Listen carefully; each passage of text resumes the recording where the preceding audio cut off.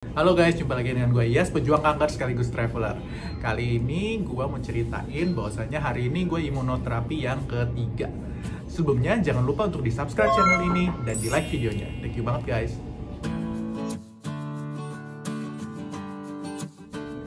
Jadi aku pengen confirm sejauh ini udah 3 kali imunoterapi, dan yang pertama dan kedua itu nggak sesengsara waktu kemoterapi. Jadi waktu kemoterapi kan lebih mualnya itu lebih luar biasa, capeknya itu juga lebih capek, tapi kalau imunoterapi enggak. Sekarang obatnya lagi di drip. Mengenai obatnya sendiri itu mirip-mirip dengan kemoterapi dan udah gue pernah sharing di video sebelumnya, jadi bisa aja refer ke sebelumnya.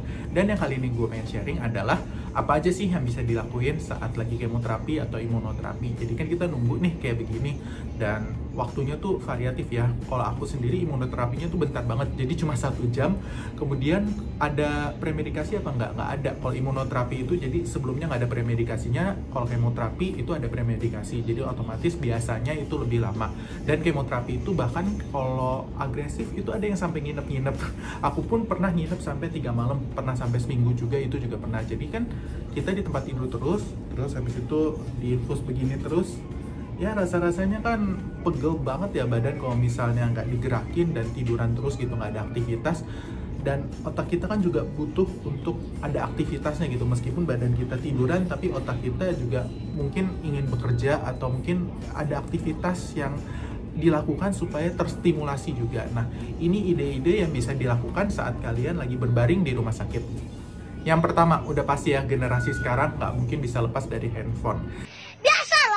Jadi handphone ini bisa banyak banget kalian isi. Kalau misalnya di rumah sakit itu lagi nggak dapat connection, gue saranin download aja secara offline filmnya. Kalau misalnya kalian udah memiliki layanan streaming, itu bisa aja download dulu di situ. Jadi nanti tinggal watch apa yang kalian tampung di sini. Dan kalau nonton di HP itu, aku rasa bisa lebih santai dan bisa lebih sesuai dengan apa yang kita mau. Karena kalau acara TV di sini pasti ada TV sih, di tiap rumah sakit rata-rata itu ada TV.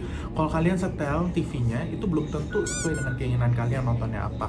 Kalau misalnya kalian udah download, udah siapin dulu sebelumnya, itu udah bisa kalian habisin. Misalnya kalian drakor pengen binge watching gitu ya, atau yang terbaru itu ada Disney streamingnya, itu bisa kalian streaming mungkin WandaVision atau Falcon Soldier, Falcon apa sih?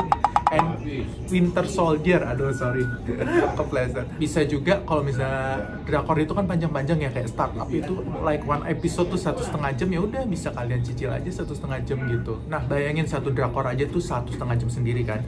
Jadi kalau Startup itu berapa episode ya? 13 ya Pak? Aduh lupa. Pokoknya nanti lihat deh itu berapa episode gitu. Let's say 10 aja itu kan ya udah kenyang kali ya. 10 kali 1,5 jam kan udah cukup lama, dan itu bisa menghabiskan waktu di sini. Kalian harus selengingi juga dengan istirahatnya, karena kalau misalnya lagi kemo itu kan ya kita jangan terlalu banyak aktivitas juga. Memang sih bosen atau mungkin otak kita butuh stimulus dan segala macamnya, tapi tetap nggak boleh kebanyakan aktivitas juga. Jadi kalau misalnya nonton, menurutku salah satu aktivitas yang bisa santai, bisa bikin lupa waktu juga, dan bisa bikin kita seneng. Nah terus kalau misalnya kalian handphonenya itu udah bisa dilempar ke TV, gambarnya itu juga lebih baik lagi. Kalian bisa beli aja lah kabelnya, itu rata-rata bisa disambungin ke TV sekarang. Jadi kalau ini punyaku itu kan kabel USB-C ya. Nah USB-C-nya itu beli aja kabel converter ke HDMI, nanti bisa tuh ke TV-nya kalian, jadi bisa lebih besar. Atau kalau TV-nya bagus-bagus udah smart TV, itu bisa aja langsung di cast ke sana, atau kalian bawa Chromecast. Jadi banyak alternatif kalau kalian memang mau menghubungkan device kalian ini di TV. Tapi kalaupun misalnya nggak ada device-nya, kalian bisa watch aja juga di sini atau di laptop. Aku rasa itu udah cukup membahagiakan. Berikutnya kalian bisa main game. Aku sih mainin di handphone, sekarang lagi mainin Genshin Impact. Tapi waktu itu aku udah 4 tahun nih kankernya. Jadi waktu itu aku main juga pakai Nintendo Switch, jadi konsol gitu. Aku bawa kayak Nintendo DS gitu ya, Nintendo Switch itu juga bisa kalian bawa. Yang jelas nggak bisa bawa kayak PlayStation segala macam. Aku rasa kalau yang nggak portable itu akan lebih sulit lah ya, dan lebih effort. Jadi menurutku bawa aja yang lebih mobile, jadi kayak handphone atau kayak Nintendo Switch atau Nintendo DS. Nah kalau main game itu juga aku saranin jangan terlalu lama, tapi itu memang salah satu aktivitas yang menyenangkan dan bisa bikin lupa waktu. Aktivitas selanjutnya bikin konten. Kayak seperti yang aku lakuin sekarang. Jadi kalau misalnya kalian lagi bosen, mungkin bikin kontennya nggak usah video YouTube, bisa aja kalian bikin konten TikTok atau ada snack video atau aplikasi lainnya, atau sekedar stories aja. Kamu curhat di stories itu juga udah cukup bisa jadi inspirasi bagi yang mengalami permasalahan juga di hidupnya. Ada juga yang bisa jadi edukasi. Jadi selama ini kan orang belum tentu tahu ya kanker itu seperti apa atau prosesnya seperti apa. Ditambah lagi dalam keadaan seperti ini, protokolnya harus bagaimana aja. Jadi aku rasa dengan sharing itu pasti ada aja yang berguna, dan itu juga bisa membahagiakan kalian juga. Orang-orang juga jadi lebih paham seperti apa, dan itu meningkatkan cancer awareness.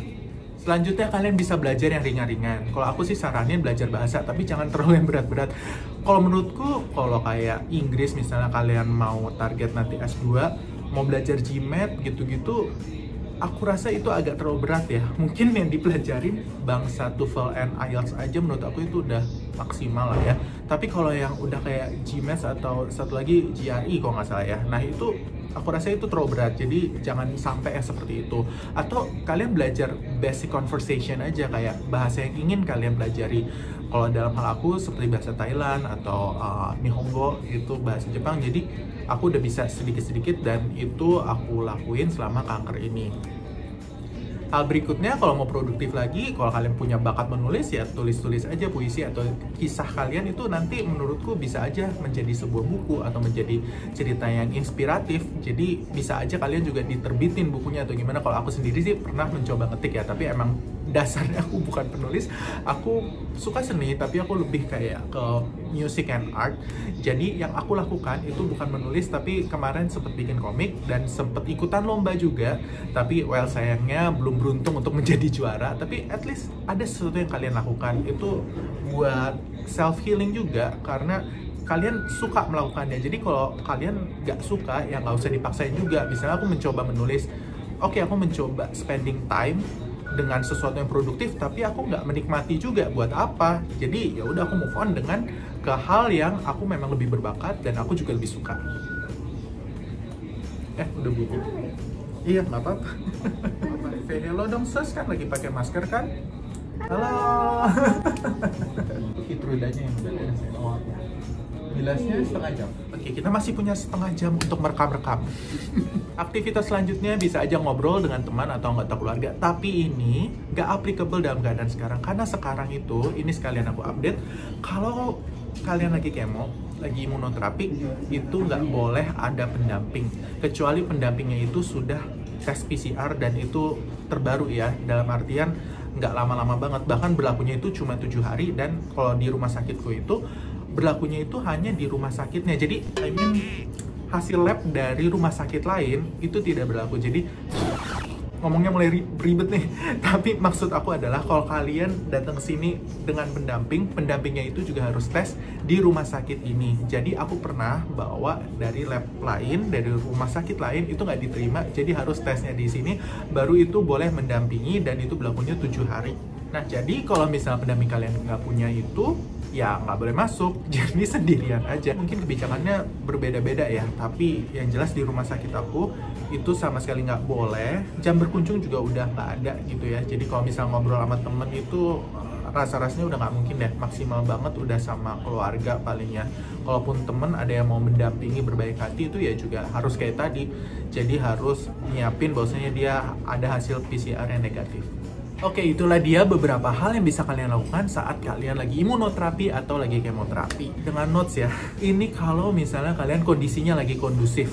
Dalam artian kayak, kalau aku boleh contohin nih, diriku kan nggak terlalu kenapa-kenapa kalau misalnya kemoterapi dan imunoterapi, nggak terlalu lemes. Tapi nggak semua pasien kanker seperti ini. Ada yang seperti aku, tapi nggak semuanya. Ada yang terkapar lemas, dan ada yang darahnya bahkan komponen-komponennya itu hancur, dalam artian hemoglobinnya mungkin rendah, leukositnya juga rendah, bahkan sampai butuh transfusi darah. Jangan dipaksain.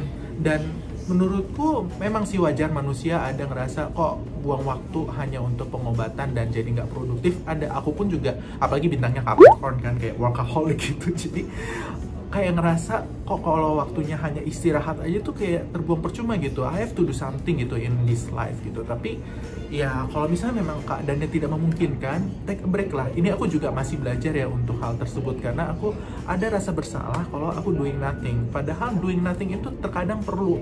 Kalau misalnya kalian sudah kena penyakit, ngerasa waktu untuk hidup itu atau untuk di dunia ini lebih sempit.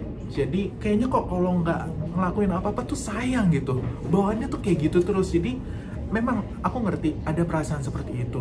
Tapi kadang-kadang kalau misalnya doing nothing itu memang dibutuhkan, ya lakukanlah, karena doing nothing is ya sesuatu aktivitas yang mungkin bisa membuat diri kamu pulih juga gitu. Jadi menurutku hidup ini nggak perlu terlalu kayak mengejar sesuatu, ya perlu ada target, tapi nggak usah terlalu ngoyo. Yang pengen aku sampaikan adalah itu, jadi nggak usah terlalu ngoyo banget. Dan kalau misalnya ternyata tidak ada sesuatu yang kamu hasilkan selama kemoterapi dan imunoterapi itu tidak produktif, aku rasa itu sesuatu yang wajar banget. Tapi take a break dulu for a while. Kalau misalnya kalian udah ngerasa lebih oke lagi, baru silakan coba hal-hal yang tadi aku share. So I think that's all for today. Thank you for watching. Stay happy, stay healthy, and bye-bye.